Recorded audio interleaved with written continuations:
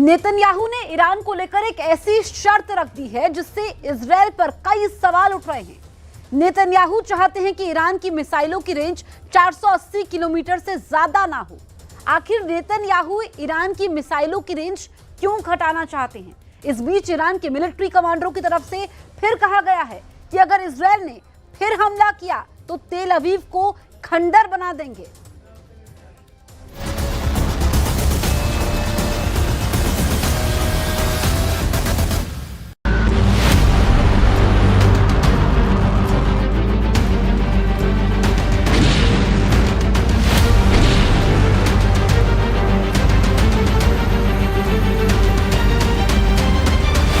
Israel पर Iran की जितनी मिसाइल गिरी, ऐसे हर धमाके ने इजराइल के मिसाइल डिफेंस सिस्टम का पुर्जा ढीला कर दिया। तेल अवीव से लेकर हाइफा और अशदोद से लेकर बेन गुरियन हवाई अड्डे तक हर मिसाइल हमले ने नेतन्याहू को ईरान पर नया प्लान बनाने के लिए मजबूर कर दिया है। यही वजह है कि नेतन्याहू ने ईरान को घेरने के लिए अब नई तिगड़म लगाई है। नेतन्याहू ने कहा है कि ईरान के मिसाइल कार्यक्रम पर रोक लगनी चाहिए और उसे 480 किलोमीटर से ज्यादा रेंज की मिसाइल नहीं बनाने दी जाए। मतलब साफ है कि नेतन्याहू ईरान की उन मिसाइलों से घबरा गए हैं जो 1500 किलोमीटर या उससे ज्यादा रेंज रखती हैं, क्योंकि ईरान और इजराइल की दूरी भी 1500 से 1800 किलोमीटर की रेंज में है। यही वजह है कि नेतन्याहू चाहते हैं कि ईरान के पास 480 किलोमीटर की रेंज वाली मिसाइल हो ताकि वो इजराइल तक ना पहुंच पाए। 13 जून को ईरान पर हमला हुआ था और उसके बाद 12 दिन तक दोनों तरफ से एक दूसरे पर हमले हुए थे।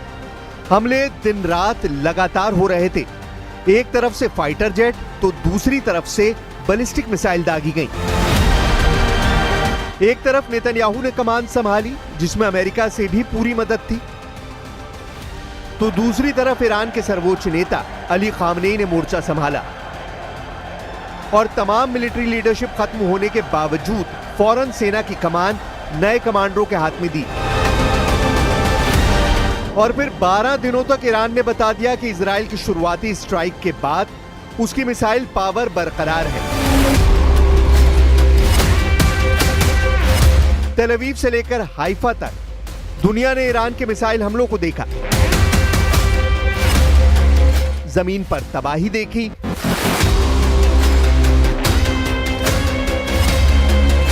बड़ी बड़ी इमारतों को खत्म होते देखा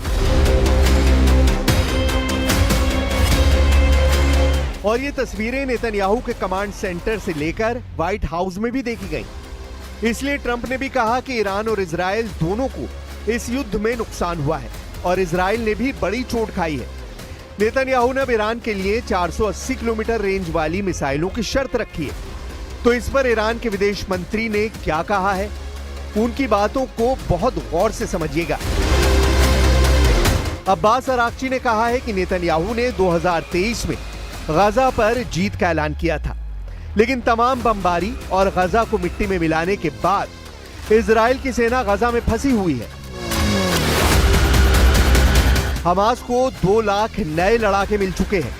अराक्ची ने कहा है कि नेतन्याहू ने सोचा था कि वो ईरान के 40 साल से ज्यादा पुराने परमाणु कार्यक्रम को मिटा देंगे, लेकिन ईरान के बहुत से परमाणु वैज्ञानिकों की हत्या करने के बाद भी ऐसा मुमकिन नहीं हुआ और आज परमाणु कार्यक्रम को आगे बढ़ाने के लिए ईरान के पास सैकड़ों नए वैज्ञानिक हैं। इस युद्ध की शुरुआत में ही नेतन्याहू ने अपने 3 लक्ष्य फाइनल किए थे और इन्हीं लक्ष्यों को लेकर उनके कमांडरों ने पूरे युद्ध का प्लान तैयार किया। हर हमले, हर स्ट्राइक मिशन और इजराइल के हर बम पर नेतन्याहू के यही लक्ष्य निर्धारित किए गए थे। पहला मकसद ईरान के परमाणु कार्यक्रम को जड़ से उखाड़ देना, उसे पूरी तरह खत्म कर देना। क्या ऐसा हुआ? 400 किलो संवर्धित यूरेनियम को लेकर अब भी सवाल उठ रहे हैं, इसलिए यह मकसद नाकाम हो गया। इजराइल का दूसरा मकसद ईरान के मिसाइल जखीरे को मिटा देना, लेकिन ईरान के कमांडर दावा कर रहे हैं कि उनके पास इतनी मिसाइल है कि ईरान 2 साल तक लगातार युद्ध लड़ सकता है। इसलिए यह मकसद भी फेल हो गया इजराइल का तीसरा मकसद ईरान में बगावत करवा के तख्ता पलट करना था। लेकिन अली खामनेई अब भी ईरान के सर्वोच्च नेता हैं और ईरान की मिलिट्री लीडरशिप अभी भी कायम है। यानी इजराइल के तीनों मकसद नाकाम साबित हुए हैं। नेतन्याहू की डिमांड कि ईरान की मिसाइल 480 किलोमीटर से आगे ना बढ़ पाए, इसे लेकर इजराइल को बैकफुट पर देखा जा रहा है और इसीलिए ईरान के विदेश मंत्री ने कहा है कि इजराइल इस युद्ध में नाकाम साबित हुआ है। अरागची का मैसेज साफ है कि इजराइल 12 दिन के युद्ध में पूरी तरह नाकाम हो गया और नेतन्याहू ने ईरान को हराने का जो प्लान बनाया था उसमें वो खुद इजराइल को बचाते हुए नजर आए, क्योंकि ईरान की मिसाइलों ने इजराइल के डिफेंस की पोल खोलकर रख दी। ईरान के विदेश मंत्री अब्बास अरागची ने कहा है कि जब ईरान तेल अवीव और हाइफा पर मिसाइलें बरसा रहा था, तब नेतन्याहू अमेरिका के सामने मदद के लिए गिड़गिड़ाते हुए नजर आए और युद्ध में उनके सभी लक्ष्य फेल हो गए। और इशारों में अरागची ने यह भी कहा कि मोसाद अब व्हाइट हाउस को कंट्रोल कर रहा है, यानी ट्रंप नेतन्याहू की उंगलियों पर नाच रहे हैं। इसमें कोई शक नहीं कि जब इजराइल ईरान पर बमबारी कर रहा था तो उसके फाइटर जेट्स को रोकने वाली कोई ताकत वहां मौजूद नहीं थी। ईरान का आसमान इजराइल की वायुसेना के लिए खुला मैदान साबित हुआ और यही वजह है कि नेतन्याहू ने जो टारगेट एयरफोर्स को दिए थे उस हर ठिकाने पर बमबारी की गई और नुकसान भी जबरदस्त पहुंचाया गया, क्योंकि 13 जून के बाद हुए हमलों में मिलिट्री कमांडर और वैज्ञानिकों के अलावा 1000 से ज्यादा लोगों की मौत हुई है।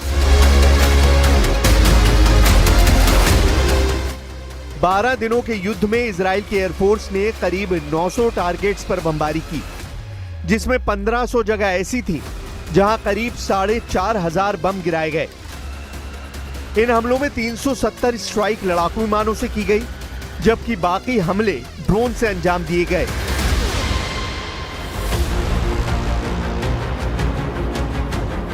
अब ईरान के तेवर बता रहे हैं कि उसकी मिसाइल फिर तैयार है और ईरान पर हमला हुआ तो फिर दहलेगा तेल अवीव और हाइफा।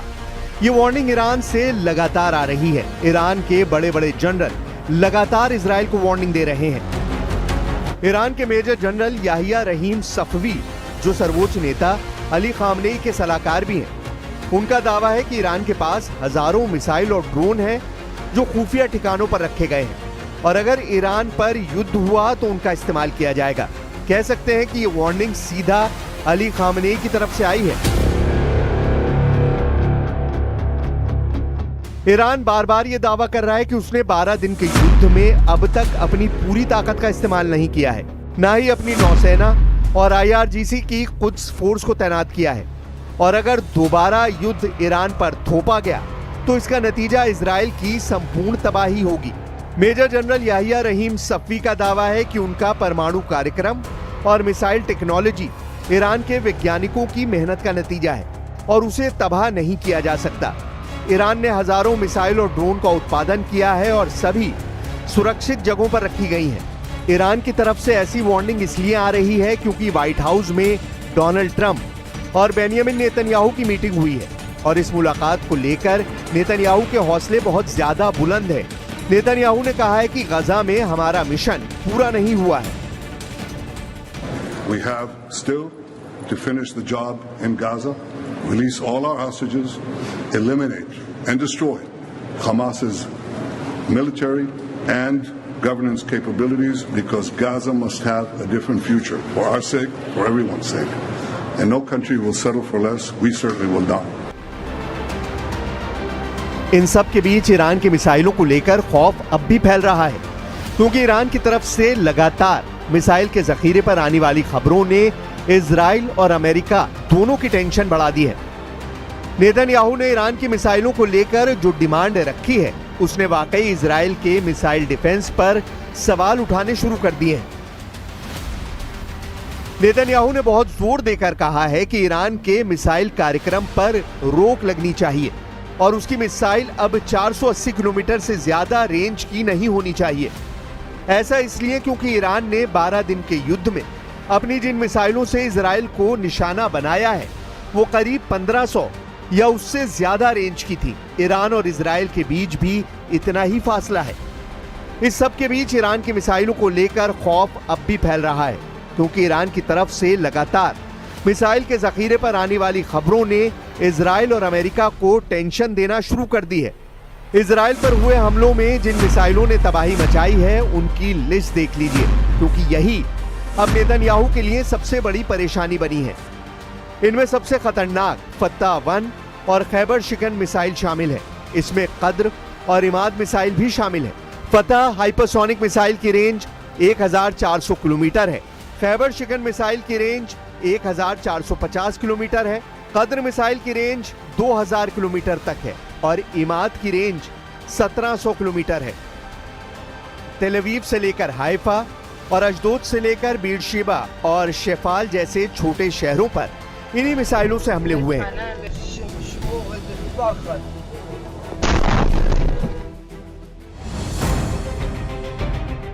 इसीलिए ईरान के कमांडर जो वार्निंग दे रहे हैं उसे इजराइल बिल्कुल भी हल्के में नहीं ले सकता। ईरान से युद्ध हुआ तो उसकी मिसाइल गोदाम फिर लॉन्चिंग के लिए तैयार हो जाएंगे। ये बात नेतन्याहू बहुत अच्छी तरह जानते हैं। ऐसे में इजराइल में कहां धमाका होगा, कौन सी मिसाइल कहां गिरेगी, इसे लेकर इजराइल के मिसाइल ट्रैकिंग रडार सिस्टम काफी प्रेशर में आ जाएंगे।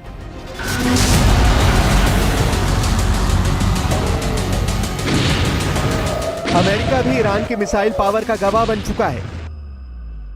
22 जून की रात ईरान की मिसाइल लॉन्च हुई। कतर समेत सभी खाड़ी देशों में कोहराम मच गया था। ईरान की मिसाइल कतर के अल उदैद मिलिट्री बेस की तरफ बढ़ी। आसमान में तेल अवीव जैसा खौफ पसरने लगा। कतर के अल उदैद एयरबेस की 2 तस्वीरें देखिए। पहली, जहां उनका टॉप सीक्रेट रडार देखा जा सकता है, यानी वो रडार जो एक डोम के अंदर बना होता है। और फिर हमले के बाद दूसरी तस्वीर देखिए। उसी लोकेशन पर काला धब्बा बता रहा है कि ईरान की बैलिस्टिक मिसाइल ने उस रडार को राख में तब्दील कर दिया है। इस बात की पुष्टि अब अमेरिका के रक्षा मंत्रालय यानी पेंटागन ने भी कर दी है। पेंटागन ने माना है कि ईरान की बैलिस्टिक मिसाइल ने उसके अड्डे पर सर्जिकल स्ट्राइक की थी। खाड़ी में ट्रंप का टावर तोड़कर ईरान के सर्वोच्च नेता खामनेई ने बता दिया है कि डोनाल्ड ट्रंप और अमेरिका की दादागिरी ईरान के आगे नहीं चलेगी। जवाब बराबर दिया जाएगा। इन मिसाइलों ने क्या किया, उनका रिजल्ट देख लीजिए, जो 23 जून की सुबह देखने को मिला। कतर के अल उदैद एयरबेस पर अमेरिकी फौज तैनात है। यहां हमले से पहले अमेरिका ने यहां से अपने सभी विमान हटा दिए थे, क्योंकि ईरान ने खुद इसकी वार्निंग दे दी थी। यहां सिर्फ इमारतें और रडार ही बचे थे। अमेरिका के सैनिक बंकर में छिप गए थे। लेकिन 23 जून की सुबह सैटेलाइट से ली गई तस्वीर बता रही है अमेरिका का रेडोम पूरी तरह जलकर राख हो गया। इसीलिए कहा जा रहा है कि ईरान ने कतर में ट्रंप का सीक्रेट टावर तोड़ डाला है। अब इसे रेडोम यानी रडार डोम कहें या फिर ऐसा वॉच टावर जहां से ट्रंप की सेना पूरे ईरान पर नजर रख रही थी। अब इस रेडोम में होता क्या है वो देख लीजिए। ये एक फुटबॉल नुमा गोल बाहरी कवर है जिसके अंदर एक सैटेलाइट डिश लगी होती है। इसी सैटेलाइट डिश से अमेरिका ईरान पर नजर रख रहा था। यह अमेरिका के सेंट्रल कमांड के कम्युनिकेशन सिस्टम का हिस्सा थी। इस रेडोम को 2015 में $15 मिलियन की लागत से तैयार किया गया था, यानी करीब 125 करोड़ रुपए। अमेरिका ने पहली बार इकरार किया है कि ईरान की बैलिस्टिक मिसाइल ने उसे इतना बड़ा नुकसान पहुंचाया है, जबकि डोनाल्ड ट्रंप ने दावा किया था कि ईरान की मिसाइलों से कोई नुकसान नहीं हुआ है। कतर में अमेरिका का अल उदैद मिलिट्री बेस फिलहाल पूरी तरह चालू है, लेकिन ईरान की मिसाइलों ने साबित कर दिया है कि पूरे पश्चिम एशिया में चाहे अमेरिका हो या इजराइल, दोनों का कोई ठिकाना उसकी मिसाइल से नहीं बच सकता। देखा जाए तो 12 दिन के युद्ध का नतीजा न इजराइल के पक्ष में आया न ईरान के पक्ष में। 12 दिन के सीजफायर के बाद ईरान पर इजराइल के हमले बंद हुए और इसी तरह इजराइल के शहरों पर ईरान की मिसाइलों की बारिश भी बंद हो गई। हालांकि अब यह सवाल उठने लगा है कि क्या वाकई ईरान के परमाणु ठिकानों पर अमेरिका और इजराइल का जॉइंट ऑपरेशन कामयाब रहा। वैसे युद्ध हुआ तो ईरान के मिसाइल गोदाम फिर सैकड़ों मिसाइल लॉन्च करने के लिए तैयार हो जाएंगे। इस बात की गारंटी बार बार दी जा रही है।